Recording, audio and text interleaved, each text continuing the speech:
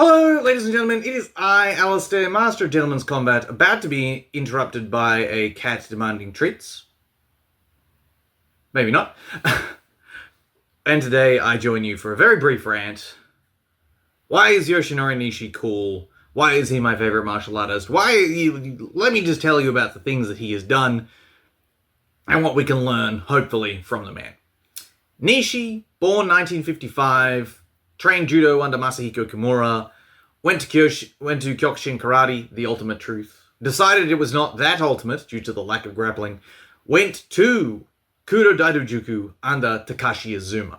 And this is where we pick up, his beginning to excel as a martial artist. He won the Hokutoki Cup, which was an All Japan Kudo Daidojuku competition, open weight for 1984 and 1985. Kudo, at the time it was marketing itself pretty heavily. These days, pretty niche martial art. The Russians love it. The guys from the Caucasus love it.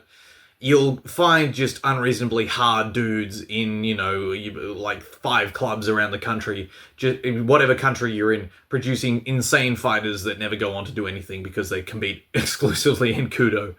Has its own issues that Kyokushin has, where it's got 1,000 offshoots, and anytime somebody tries to promote it, it falls apart due to internal politics, as is the way with karate-related martial arts.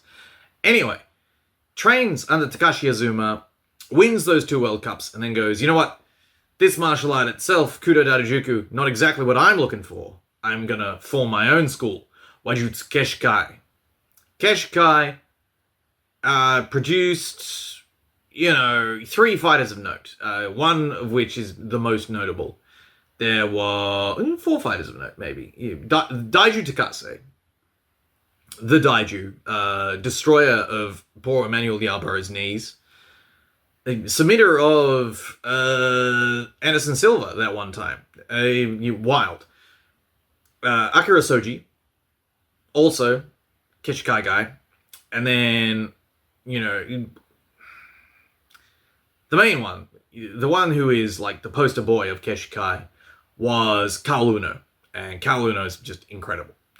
Anyway, opens his own school and takes from his own sort of lineage the idea of going out, competing against the best to prove you are the best or to test yourself.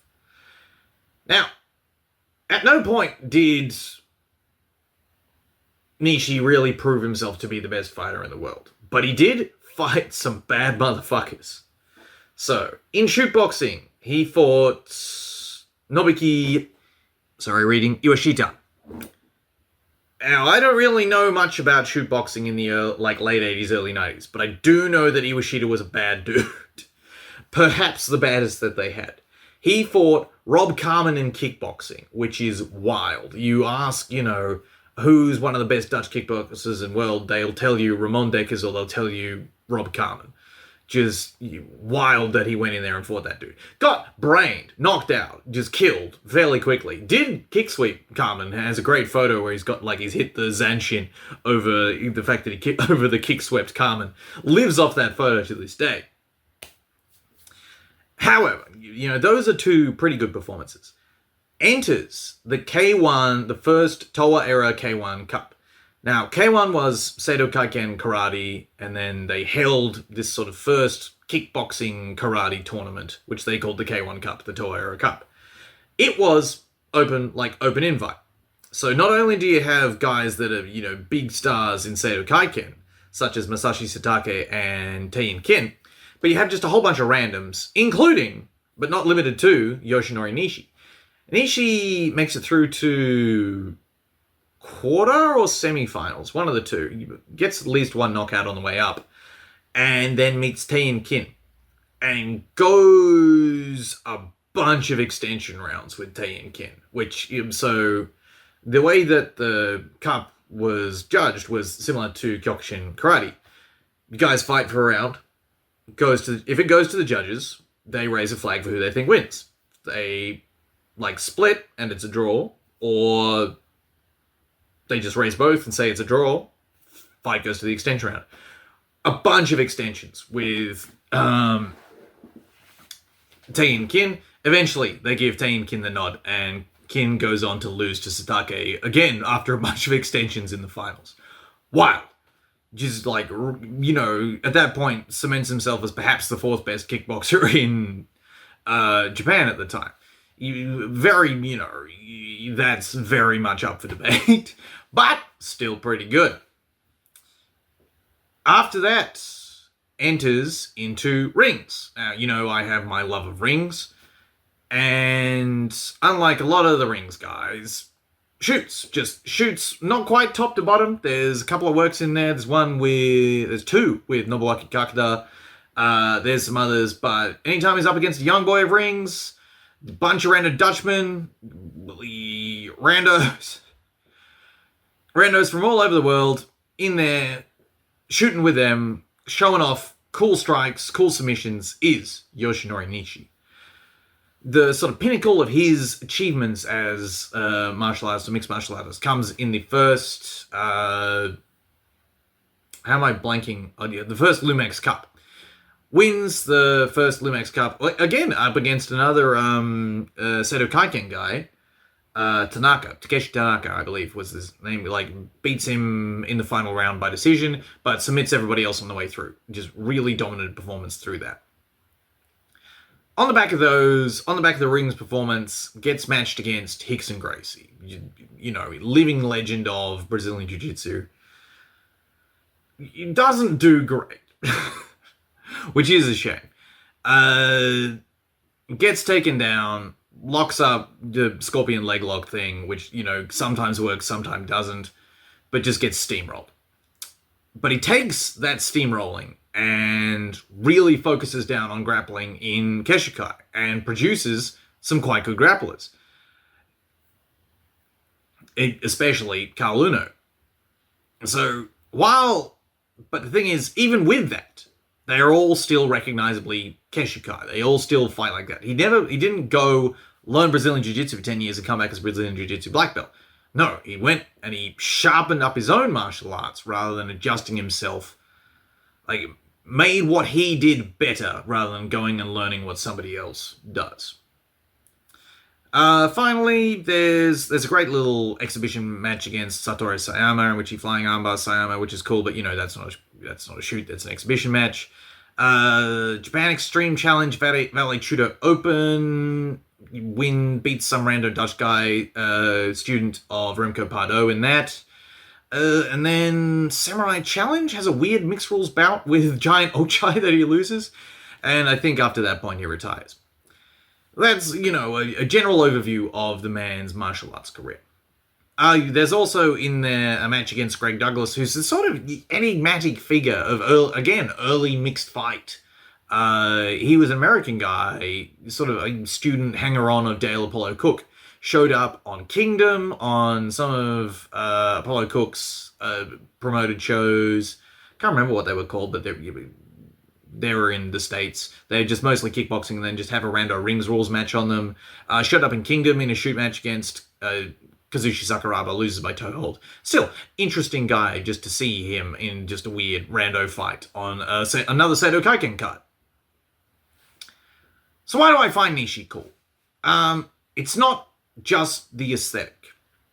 Although that is a huge part. Just big Japanese dude, white gi, throwing cool palm strikes, doing cool grappling. That I just love to see that. However, he went and he tested himself under an insane variety of rule sets.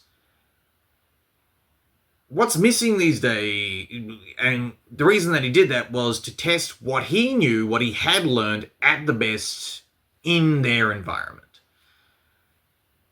At no point did he do Gracie rules shenanigans demanding changes to the rule sets for him. No, he went and he would fight in their rule set, in their way, and he would win or lose on that. He wouldn't go in and game plan. He wouldn't, learn anything new. He went in and he did Wajutsu Keshikai. And he won or he lost on that. And if he lost on that, then he went away and he improved Keshikai. But it remained Keshikai. He always was, recognizably, in his fights, Yoshinori Nishi. And it was never really like he just did what he did, and he did it well. If that worked on the guy, he won. If that didn't work on the guy, he lost and he took it on the chin. Why I find that compelling is that we don't see that these days. We don't see people willing to go out and test themselves in the rule set of somebody else unless it's for a ridiculous amount of money and they're just willing to lose anyway, i.e. Conor McGregor in the fucking boxing match. But even then, at no point did Floyd Mayweather go, all right, well, I won in there, let's go meet in mixed martial arts, and then let's go fight in some insane third rule set in order for the tiebreaker. We don't see that shit anymore. Let's think of another example for that. Minoru Suzuki lost to Maurice Smith in a kickboxing bout, got brained, killed, just flatlined in the ring. And then 3-4 weeks later, a month or two later, because I think it's only that's Yes We Are Hybrid Wrestlers 3 and then Pancrash 1, which are only 3-4 months apart, fights Maurice Smith again in an insane mixed rules bout, which is 1 round kickboxing gloves, 1 round no gloves, 1 round kickboxing gloves, but all under Pancrase rules. Insane. Super cool. Super fun. Just highly interesting to watch. We don't see that level of challenge. Everybody wants that home field advantage, and they won't give it up because it's not about improving yourself anymore. It's not about proving you are the best or that what you do is the best. It's only about winning. Winning would prove that you are the best at it. Or at least it used to. But we've made, that we're teaching to the test. We're not teaching, which is kind of hard to describe. I'm thinking about, in American school systems, you've got insane standardized testing. And so you spend a whole term teaching the kid the next test that they're going to take. But at no point does the kid learn to add or read. They've just learned to answer the right questions for this test. That's what I feel is happening with grappling. Grappling in particular, I'll have some examples for that, but also striking, also mixed martial arts. You don't find oddballs anymore that come in, do something insane, and then go on to become a champion, because everybody's no one's having fun anymore in training. All they're doing is they've optimized the fun, the enjoyment, and even the skill out of it, so that everybody's now equally good at getting 2 takedowns, 1 at the start of each round, and then coasting for the 3rd round.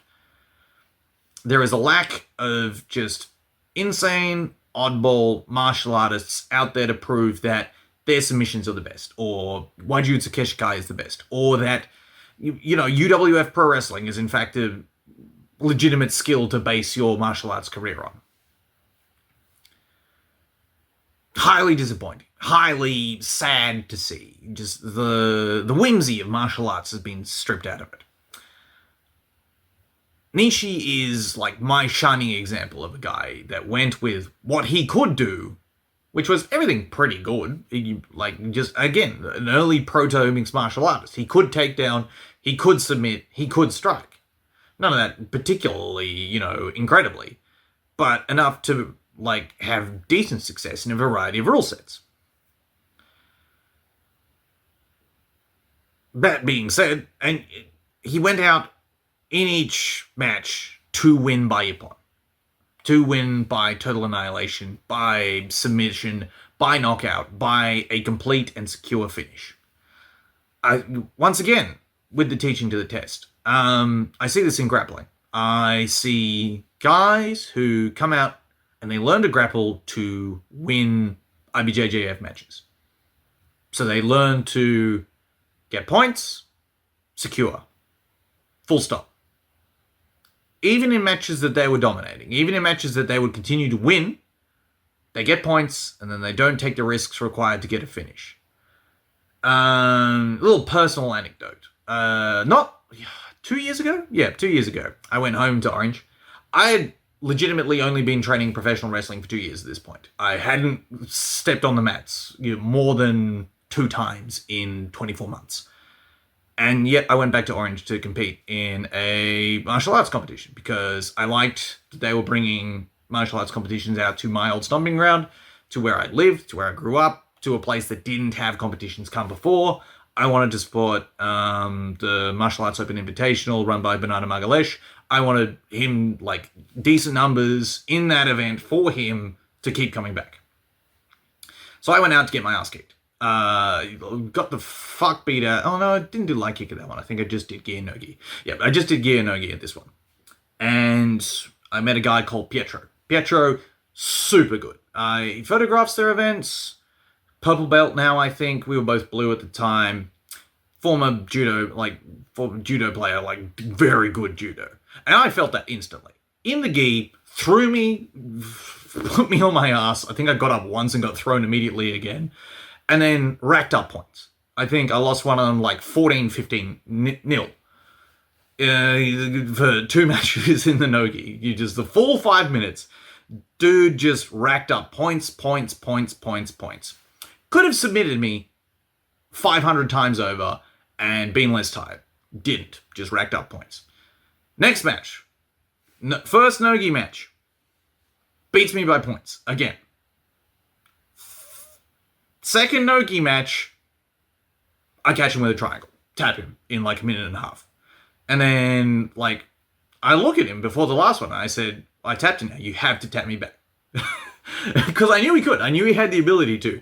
I knew that I'd just caught him because I don't gameplay. I don't chase points. I don't give a fuck about scoring. I go out there, if it's a mixed martial arts fight, or if it's a submission grappling fight, or if it's pancration, or if it's whatever, I go out to submit the guy, take him down, take the action to him, and if I submit him, I win, and if I don't submit the guy, I lose. And I go out on my fucking shield, and I have a fun time either way, and the people who watch that match have a fun time. I see that in Nishi.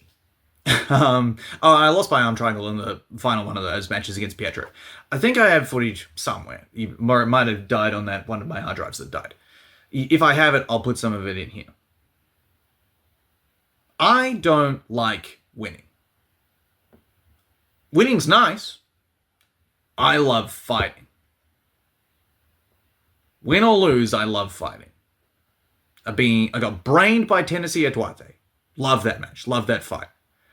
I got fucking dominated on points by Pietro. Was a bit boring underneath there. Didn't love it as much as I could have. But I still like grappling. Who else? My 7th ever fight was against a guy called Eddie Fernandez. I worked a whole bunch of night shift before that match and spent, 4 of the 6 weeks leading up to that fight trying to chase women and drink beer. It wasn't smart. In that fight, I'm trying to belly to belly suplex him and hit Kimuras and just nonsense. First round, garbage. Second round, I go out there and I try to submit it. And then I don't. And then I get submitted myself. But it was a fun fight. I think it's my worst performance. But it's still, an enjoyable watch. If footage of that existed, which apparently it doesn't, which is really annoying. Maybe one of the old guys from the School of the Human Weapon has a fan cam of it. I might have to find out where. Well, they changed their name, so I'll have to find out and ask them. Anyway. Nishi went to test Keshikai. He didn't go out there to win matches as a Keshikai guy. He went out to test Keshikai against people and improve his martial art. I see people who aren't going out and competing to test themselves. I see people who compete exclusively to win. And they do bullshit things. They cheat. They fake tap. They chase points and then just kill matches, make them incredibly boring. It's no fun to watch. And I think it's a shit way to coach people. I think it teaches the wrong lessons in terms of martial arts. Again, training martial arts should be about improving yourself as a fighter and as a human being. It shouldn't be about winning fights. That's why I like Nishi. Hopefully you've enjoyed the footage of Nishi coming in. Hopefully my rando anecdotes about myself haven't distracted from the point. Tune in next time for another insane rant. All right. Thanks very much for tuning in, ladies and gentlemen. I shall see you all next time.